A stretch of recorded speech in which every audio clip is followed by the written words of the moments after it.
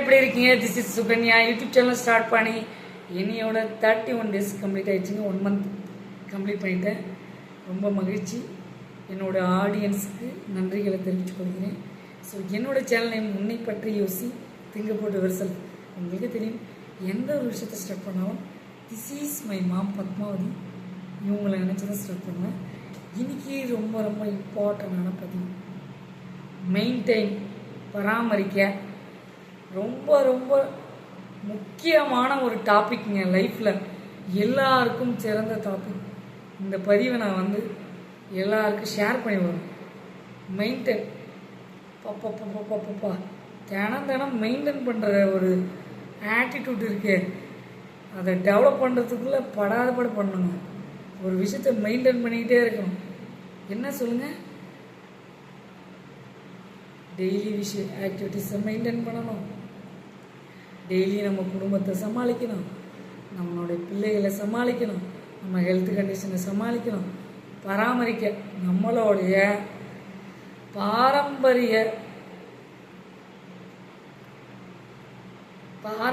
மிக்க சில பதவிகளை மெயின்டைன் பண்ணுறதுக்கு பெரிய விஷயங்க, பெரிய கோல், பெரிய அச்சீவ்மெண்ட்.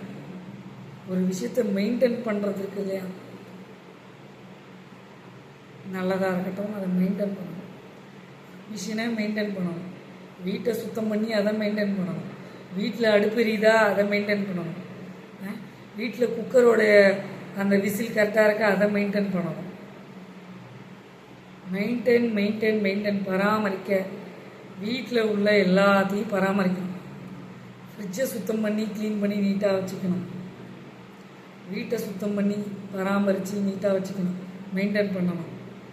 தினமும் வீட்டை கூட்டணும், அப்போ தான் மகாலட்சுமி தங்குவா. உண்மையா இல்லையா? சில பேர் வீட்டில் பார்த்திங்கன்னா ஆண்கள் சப்போர்ட் பண்ணுறாங்க.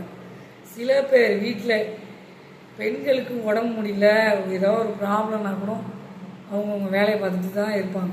எப்பயுமே அவங்க வேலையை பார்த்துட்டு தான் இருப்பாங்க. உண்மையா இல்லையா? தயவு செய்து முடியாதவங்களுக்கு நீங்கள் ஹெல்ப் பண்ணுங்கள். நீங்கள் பண்ணுற ஒவ்வொரு விஷயமும் உங்களுக்கு நல்லதை பண்ணணும். மெயின்டைன் பண்ணணும், ஒரு விஷயத்தை பராமரிக்கணும். நம்மளுடைய வீட்டோடைய சில விஷயத்தை பராமரித்தே ஆகணும். நீங்கள் அன்றாடம் உங்கள் ஹெல்த் கண்டிஷனை பராமரித்தாகணும்.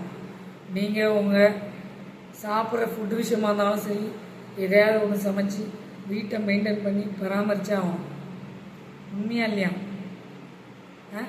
வீட்டில் இருக்க அனிமல்ஸ் ஏதாவது இருந்ததுன்னா அவங்கள பராமரித்தாகணும். ரெகுலராக மெயின்டைன் பண்ணிக்கிட்டே இருக்கணும் ஒரு விஷயத்த. அப்புறம் இந்த எஜுகேஷன், படிக்கிற கிட்ஸுக்கு அவங்களும் மெயின்டைன் பண்ணணும், பராமரித்தே ஆகணும். படிக்கணும், ஹோம்ஒர்க்லாம் அன்னன்னைக்கு ஹோம்ஒர்க் அன்னன்னைக்கு முடிச்சிருங்க. இதுவும் பராமரிப்பில் சேர்ந்தது தான்.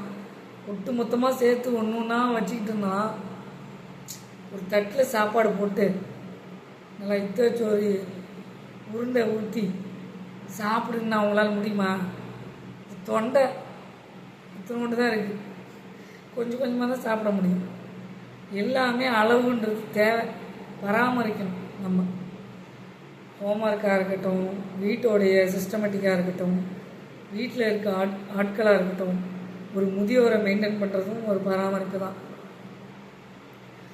வீட்டில் mother in law, father in லா அவங்களும் ஒரு பராமரிப்பு தான்.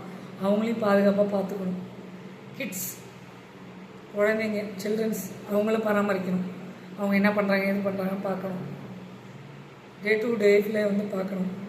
கிச்சனில் வைட்டு சுத்தம் பண்ணணும், எப்பயுமே பராமரிச்சுக்கிட்டே இருக்கணும், மெயின்டைன் பண்ணிக்கிட்டே இருக்கணும். மிஷின்லாம் ஒர்க் ஆகுதானான்னு செக் பண்ணி மெயின்டைன் பண்ணிக்கிட்டே இருக்கணும். வீட்டில் இருக்க நிறைய மிஷின்ஸ் இருக்குது. இப்போலாம் டெக்னாலஜி ரொம்ப இம்ப்ரூவ் ஆகிடுச்சு. நாம் இன்னும் அந்த வட்டத்தில் தான் இருக்கோம். டெக்னாலஜி நிறையா இம்ப்ரூவ் ஆனதான் நம்ம அதை வாங்கியாவது யூஸ் பண்ணணும். யூஸ் பண்ணால் தான் நமக்கு தெரியும். நிறைய டெக்னாலஜி இம்ப்ரூவ் ஆகிட்டுருக்கு. வீட்டை கூட்டுறதுக்கு ஒரு மிஷின், வீட்டில் இருக்க ஜாமானை வளர்க்குறதுக்கு மிஷினு, இப்படி மிஷினு கண்டுபிடிச்சி நாம் ரோபோட்டிக் மிஷின் மாதிரி ஆகிட்டுருக்கோம். உண்மையா இல்லையா? யாராவது ஆரோக்கியமாக இருக்கீங்களா? திடீர்னு நெஞ்சு வலி, திடீர்னு வயிறு வலி, திடீர்னு கை வலி, திடீர்னு சுருக்காயிடுச்சு. நம்ம உடம்ப பராமரிக்கிறதே ஒரு மெயின்டைன் தாங்க. நம்மளே மெயின்டைன் பண்ணுறது, நம்மளை நாமே மெயின்டைன் பண்ணுறதும் ஒரு பராமரிப்பு தான். உங்களை நீங்களே மெயின்டைன் பண்ணுறதும் ஒரு பராமரிப்பு தான். உங்களை பற்றி யோசி திங்க போட்டு வருஷம் டாபிக் நேம். உங்களை நீங்கள் தான் பராமரிக்கணும். தினமும் ஸ்கூலில் இருக்க பேகெல்லாம் வந்து சுத்தம் பண்ணணும், ஷூ சாக்ஸ் எல்லாம் வந்து சுத்தம் பண்ணி வச்சுக்கணும், பராமரிக்கணும், மெயின்டைன் பண்ணணும். அதுவும் ஒரு பராமரிக்கிற வேலை தான். வீட்டில் இருக்க ஆட்களையும் நம்ம மெயின்டைன் பண்ணணும், பராமரிக்கணும். சரி, அதே மாதிரி உங்களுக்குள்ள மெயின்டைன் பண்ணுற பராமரிக்கக்கூடிய விஷயங்கள் ஏதாவது இருந்தால் தினமும் பராமரிச்சிட்டிங்கன்னா அது நமக்கு ஈஸி. ஒட்டுமொத்தமாக பராமரிக்கணும் கஷ்டம். அதனால் மெயின்டைன் பண்ணுறதுன்றது ரொம்ப ரொம்ப நல்ல விஷயம்.